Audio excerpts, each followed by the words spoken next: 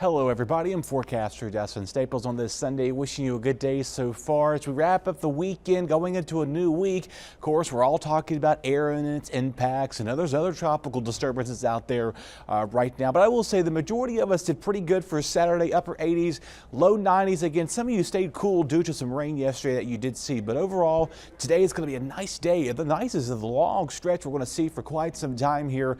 I will say get out there and try to take advantage of it while you can. While it's going to be hot, I think it's doable to be out there, but not as humid. That'll be nice to be considering with everything we've been through this summer so far. Chances of rain increase for Monday, scattered out there, even to Tuesday. And then we're watching for rough surf conditions as we go towards mid to late week out there as well. Not much rain is falling right now, but again, yesterday we did pick up some showers here for south of the 264 Highway 17 all the way down to the Crystal Coast counties as well. One little shower this morning that's beginning to fall apart now north of Elizabeth City. That's really about it for rainfall. But of course, this little area is being monitored by the National Hurricane Center, has a low threat. Of course, we're going to be getting some satellite data. This is Aaron right now, still holding a major hurricane status as of this morning. So we'll get you caught up on that as we go towards the rest of the next several days to come. Currently, though, back at 7 o'clock, upper 60s, low to mid 70s here, and feels like the actual air temperature, but that drop in humidity is what we're noticing out there too. So it's doable, but not, we're not feeling like fall like air for sure.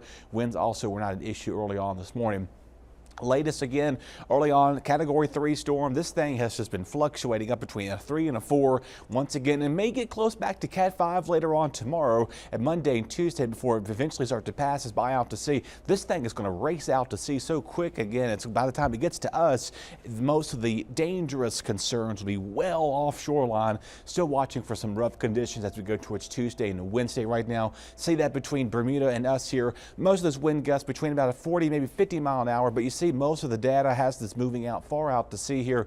That'll be no longer a concern for us. Now again, the wind gusts going into kind of Wednesday, we'll start to see winds pick up. This is kind of the highest concern for wind. See out of the north and northeast, here's those 20 to 40, 50 mile an hour wind gusts along the Cape Hatteras. Most inland locations though, anywhere between about 20 and 30 miles an hour. And by the time we get towards Thursday night into Friday, most of those gusts of winds will slowly diminish. Still breezy back towards our coastline.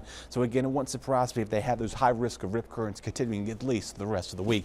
Little area off our coastline is going to probably be fizzle on, so it's got a 10-10 shot, a chance of developing here out towards the deep Atlantic, another 20% chance of that forming as well. But overall though, most of those concerns don't really pose a threat to any direct impact land at this time. As we go towards today, not much happening, not even a cloud in sight there, upper 80s, low 90s.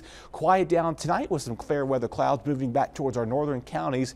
Most of us will stay dry through the duration of the day on Monday. As we go towards the afternoon, say post 3, 4, 5 o'clock, we'll start to see some showers and some storms coming in. You get your typical afternoon realm of storm variety. Basically, main concern would be some heavy downpours, maybe a little isolated gust of wind. How much rainfall can we see? Really not much. If you do get those heavy downpours, you could pick up a good inch or so and get half an inch basically at the best. Now our sustained winds here for the next couple of days, we showed you the gust of wind later this week here, will probably come back out of the south here, so it's going to get breezy once more, and then that north flow will slowly start to take about as we go towards the later of the week though, as Aaron begins to pass us on by. Some good news with our humidity here. We may get that cold front coming in a little bit later in the week here. It'll drop our feels like temperatures a little bit more comfortable here, and then before it goes back up late next week. Rip current risk is low for both Crystal Coast and southern Outer Banks.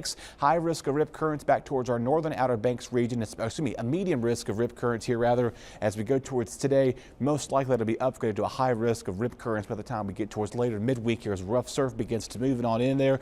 Chances of showers remain slim here. There's no chances of rain today, but other than that, we'll see temperatures near 90 at least to the end of the middle of the week there, and then watching for a cold front coming in late week, all associated with a different system as Aaron passes by our shoreline. So if you're heading out to the festival this weekend for the Watermelon Festival in Winterville, have a rain jacket at hand.